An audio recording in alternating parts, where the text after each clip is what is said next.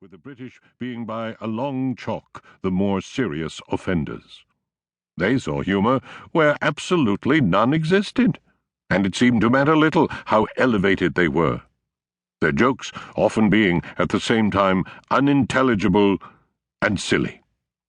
Professor Thomas Simpson of Oxford, for example, a major figure in the study of vowel shifts, had referred to Professor Singh by this sobriquet and had remained silent in the face of von Igelfeld's protest that perhaps not everyone found Professor Singh boring. And he was no longer at Chandigarh anyway, von Igelfeld pointed out, which made the nickname out of date. "He has been translated to Delhi," von Igelfeld said. "So, the reference to Chandigarh is potentially misleading." "You must be careful not to mislead, Herr Professor Dr. Simpson." This comment had been made in the coffee break at the annual World Philology Congress in Paris, and later that day, as the delegates were enjoying a glass of wine prior to the conference dinner, von Igelfeld had overheard Professor Simpson saying to a group of Australian delegates, "I'm not sure if the hedgehog gets it half the time." He had moved away, and the flippant English professor had been quite unaware that his remark had been intercepted by its victim. A few minutes later, though, he found himself standing next to Professor Simpson at the board on which the table placement had been posted. Von Igelfeld was relieved to find that he was sitting nowhere near the condescending Oxonian, and he had turned to him with the remark, "You will be happy, I think, to find that you are not sitting next to a hedgehog. They can be prickled, you know." It was a devastating shaft of wit, but it brought forth no response from its target, who appeared not to have heard. "What did you say, von Igelfeld?" he asked. Von Igelfeld hesitated. It was difficult to serve a dish of revenge twice within the same minute. "I said that hedgehogs can be prickled if you sit next to them." Professor Simpson looked at him with amusement. "I would never sit on a hedgehog if I were you," he remarked airily. "Not very comfortable, as surely you, of all people, should know. But, my dear chap, you must excuse me.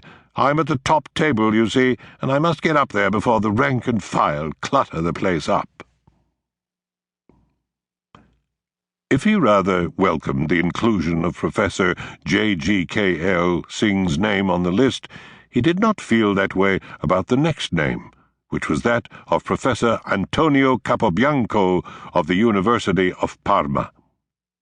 He knew Capobianco slightly and found his work slender and unconvincing. 2 years ago, the Parmese had written a book on the subjunctive in 17th-century Italian, a book that von Igelfeld had reviewed in polite but unambiguously dismissive terms in the Zeitschrift, almost, but not quite, describing it as scholarly ephemera. He would certainly not have chosen Capobianco had he been a judge, but at the same time he could understand that there might have been political reasons for including him on the list. It was nice to put Italians on lists. They so appreciated it. Italians, von Igelfeld was convinced, had a profound need to be loved by others and, consequently, were always reassured to see their names appear on any list. He had even heard that they tended to get upset if they were left off negative lists, such as those that ranked the most corrupt countries in the world. "But we lead the world in corruption," one Italian prime minister had been said to complain.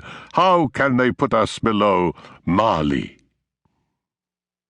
So there could be little doubt but that Capobianco would be very pleased to see himself on this short list, and would presumably make every effort to bribe the judges to decide in his favour, or, if he did not, some of his friends and relatives could be expected to do so on his behalf.